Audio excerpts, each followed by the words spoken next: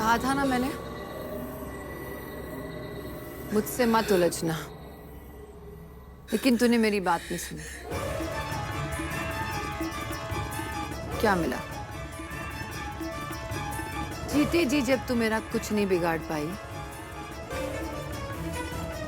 तो मरने के बाद क्या बिगाड़ेगी चित्रा?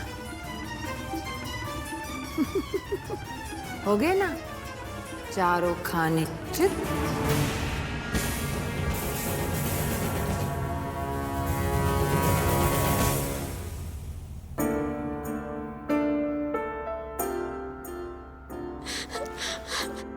हाथ दे।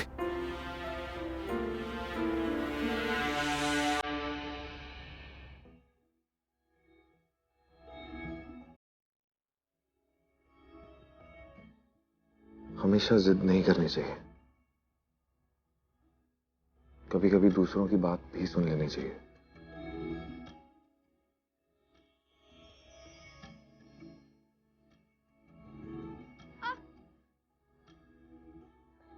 बहुत दर्द हो रहा है इसमें।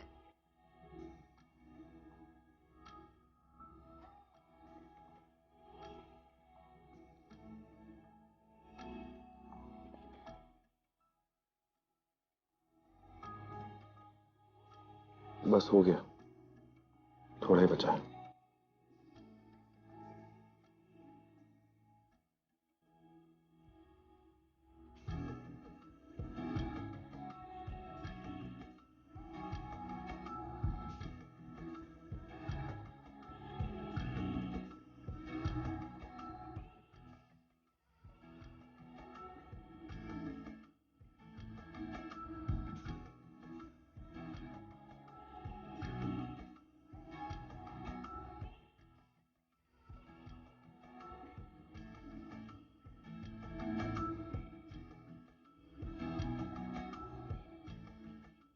ज्यादा गहरी चोट नहीं है, 2-3 में ठीक हो जाएगी। तू चिंता मत कर, सब ठीक हो जाएगा।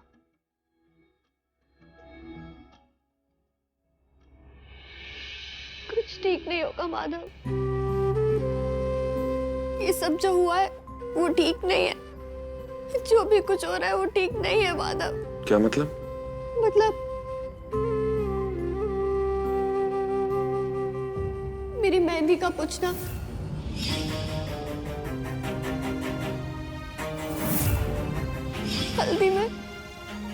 हल्दी में खून का गिरना,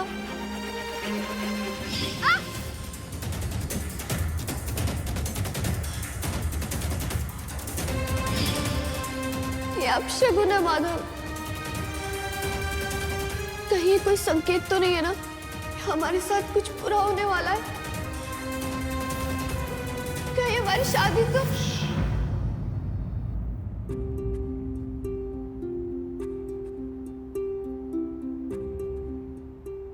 कुछ मत बोल, मैंने तुझसे कहा ना, मैं शगुन अपशगुन नहीं मानता। मैं उन जज्बातों को मानता हूं, उन जज्बातों से किए हुए वादों को मानता हूं। हमारी शादी होने जा रही है, तो प्लीज मुझ पे और इस रिश्ते पर भरोसा रख। ऐसे तो जिंदगी में पता नहीं कितनी बार सुख दुख उतार चढ़ाव पता नहीं क्या क्या आएगा। हमें हर परिस्थिति में एक दूसरे का साथ देना है, एक दूसरे पर ट्रस्ट करना है, एक दूसरे को रेस्पेक्ट देनी है। और जिन दो लोगों के बीच में ट्रस्ट और रेस्पेक्ट होती है ना, उन्हें कोई भी अलग नहीं कर सकता। समझी तू? हाँ, समझ गई कि विश्वास और सम्मान ही एक अटूट रिश्ते की बुनियाद है। गुड। वैसे तुझसे एक और चीज कहनी है। नहीं, देना चाहता था। क्या? मैंने तो सोचा था मैं संगीत तक वेट करूंगा, लेकिन मुझे ये मोमेंट ना ज्यादा स्पेशल लग रहा है। मैं तेरे लिए गिफ्ट लेके आया हूं। सच में? तो इतनी देर से क्यों नहीं दिया? मैं पहले ठीक हो जाती ना। तब से दुनिया भर की बातें कर रहा है और जो काम की बात है वो तो बोला नहीं तूने। चल अब देर मत कर, जल्दी से दे। अरे अरे अरे अरे अरे, 2 पल पहले कुछ और मूड था और अभी एकदम से खुश हो गई। तूने तो गिफ्ट के नाम से मूड चेंज कर दिया। देखा माधव, तू फिर से बातों में लग गया। देना जल्दी से। तू भी ना। ला रहा हूं तेरी गिफ्ट।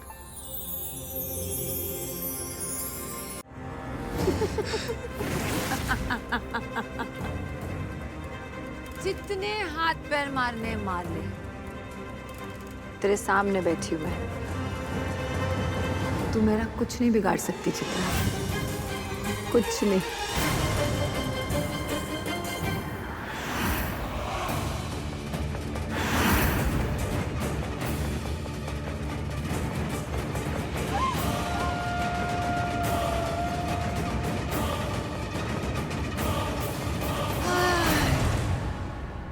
आखिर घुटने टेक ही दिए ना मेरे सामने। कितना समझाया था चित्रा, मुझसे मत उलझना, वरना तेरा ऐसा हाल करूंगी कि तेरी रूह तक कांप जाएगी। लेकिन तू भी बहुत जिद्दी है, मेरी बात नहीं मानी। अब भुगतो, अपने किए की सजा भुगतो। देख लिया नतीजा।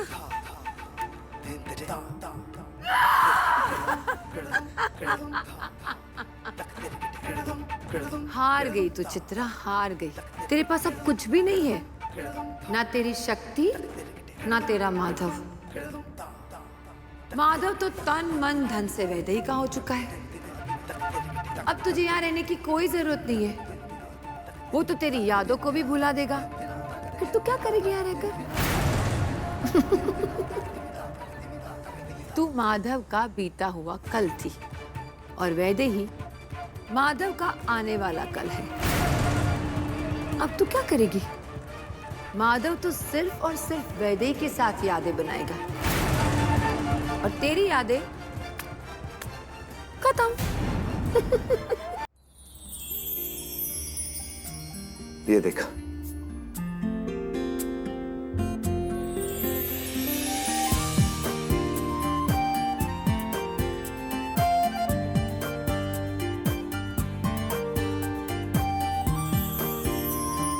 माधव, क्या हुआ? अच्छे लगे? नहीं ठीक है, मैं चेंज करवा देता हूँ। नहीं नहीं, पूरी बात तो सुन। ये अच्छे नहीं, बहुत अच्छे हैं। मुझे बहुत अच्छे लगे। Thank you. इसे पहन के तो दिखा। हाँ, एक मिनट।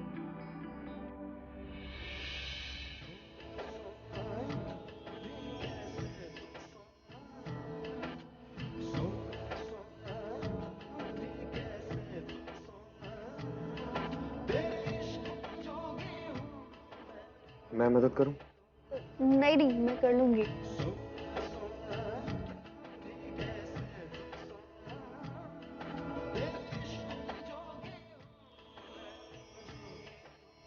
मेरी मदद कर दे। पर तुझे इनसे पहले लड़ना था। कोई बात नहीं, देख।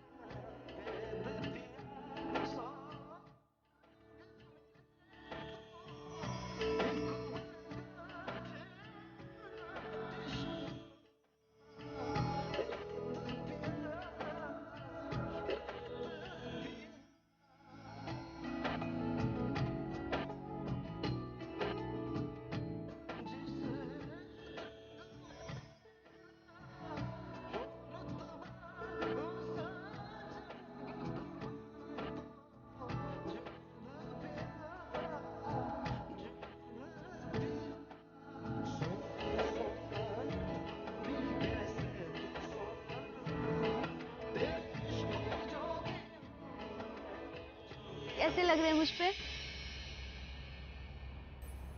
सच में बहुत खूबसूरत लग रही है। ऐसा लग रहा है जैसे तेरे लिए तराश के बनाए गए हैं। इन्हें पहन के तेरे चेहरे पे 4 चांद लग गए। Thank you.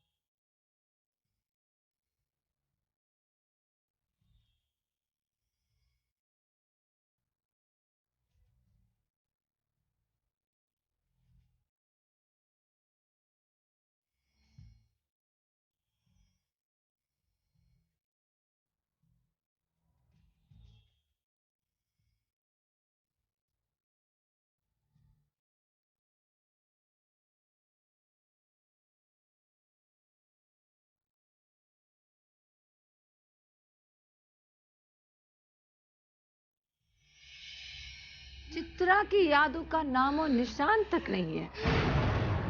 फिर धीरे धीरे माधव तुझे भुला देगा। अब वो वैदेही के साथ अपनी जिंदगी शुरू करेगा। तेरा तो अस्तित्व ही खत्म हो गया चित्रा। फिर तू क्या करेगी चित्रा?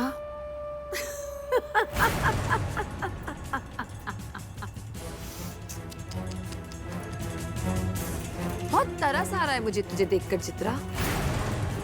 तू जानती है ना मैं सच कह रही हूँ। तू मुझसे भी मात खा चुकी है और माधव से भी।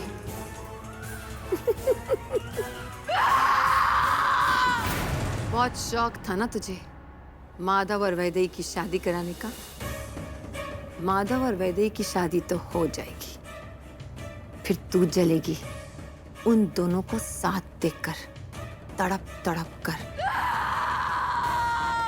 जीते जी तो मैं तेरी अच्छाई को खत्म नहीं कर पाई चित्रा, लेकिन मैं बहुत खुश हूँ कि मरने के बाद मैंने तेरी आत्मा की अच्छाई को खत्म कर दिया।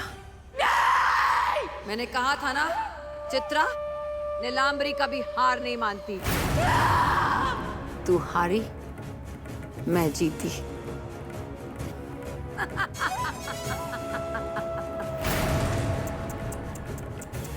बेचारी चित्रा कितना तड़पेगी अभी।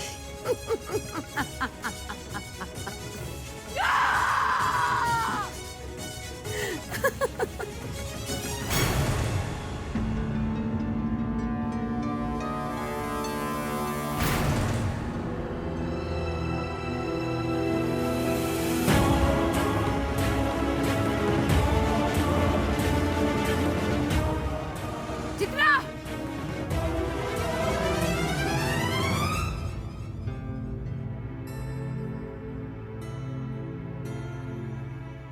वैदेही,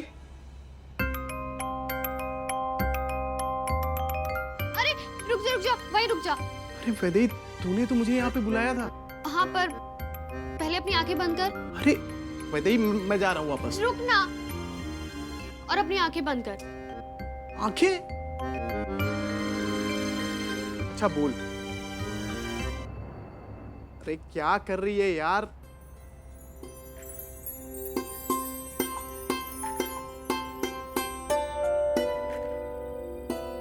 हाँ, अब अपनी आंखें बंद कर और अंदर आ जा। अरे अंदर कैसे आऊं? मेरी आंखें तो बंद हैं। हाँ तो मेरी आवाज सुनना और अंदर आ जा। अरे वैदेही, अरे वैदेही, कैसे आऊं अंदर? अच्छा सारी आंखें खोल ले और अंदर आ जा। अरे यार वैदेही, मैं पूरा काम छोड़ कर यहाँ पे आया हुआ, और जब यहाँ पे आया हूं तो तू मेरे साथ गेम खेल रही है। हंसना छोड़, मुझे बताएगी भी क्या काम है? ये ले। हाँ ठीक है, किसे देना है? लालटेन ये तेरे लिए है। मेरे लिए?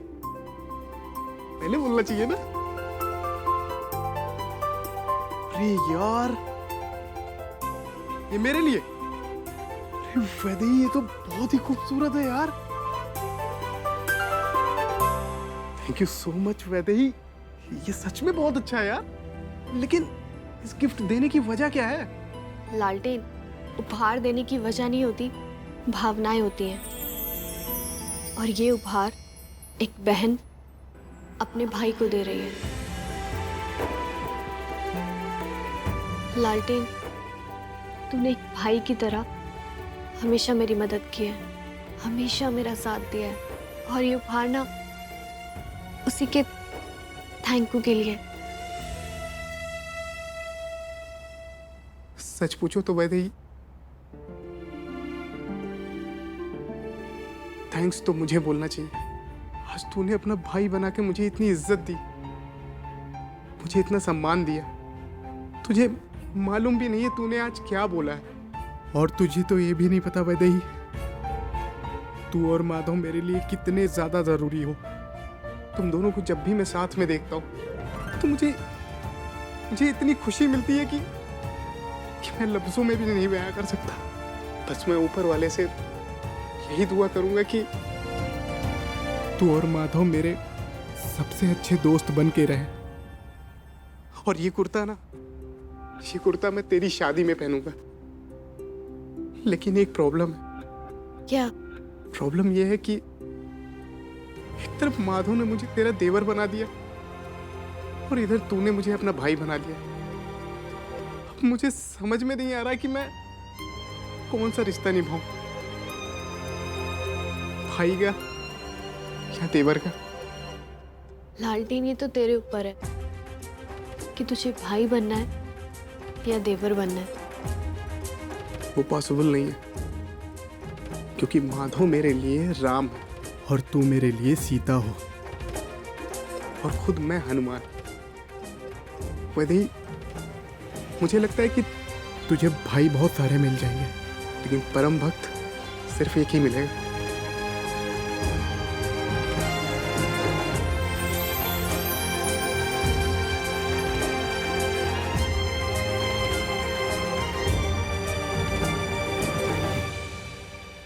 मुझे ऐसा लग रहा है कि भगवान ने सारे रिश्ते मेरी झोली में डाल दिए हैं, जैसे मुझे जिंदगी की सारी खुशियां मिल गई हैं। वैदेही, जब नई जिंदगी की शुरुआत होती है तो नए रिश्ते अपने आप बन जाते हैं। इन रिश्तों को जैसे निभाती जाओ, जिंदगी खुद ब खुद बहुत ही खूबसूरत लगने लगी। और मुझे पूरा यकीन है कि तू इन रिश्तों को बहुत अच्छे से निभाएगी।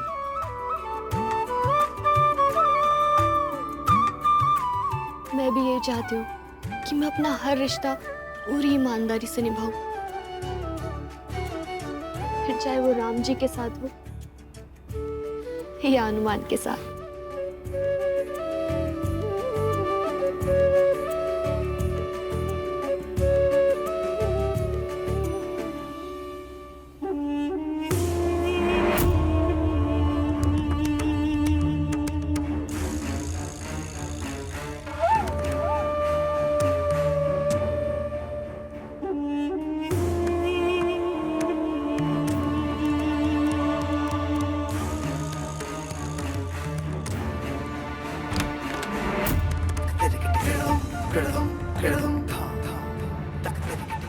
ओह, संभल के, क्या कर रही हो?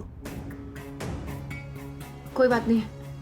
कुछ तो बात है, तुम्हारा ध्यान कहीं और है। क्या बात है? हाँ, ध्यान कहीं और ही होगा ना।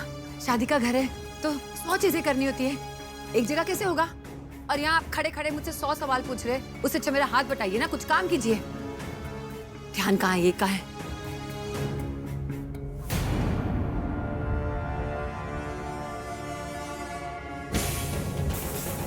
कुछ तो बात है जो नीलांबरी मुझसे छुपा रही है।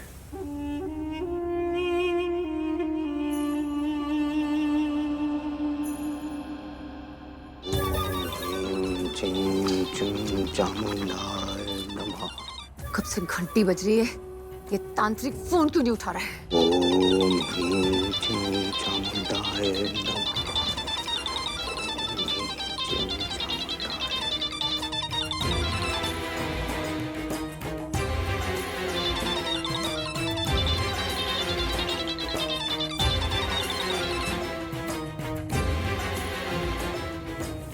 शुक्र है आपने फोन उठा लिया।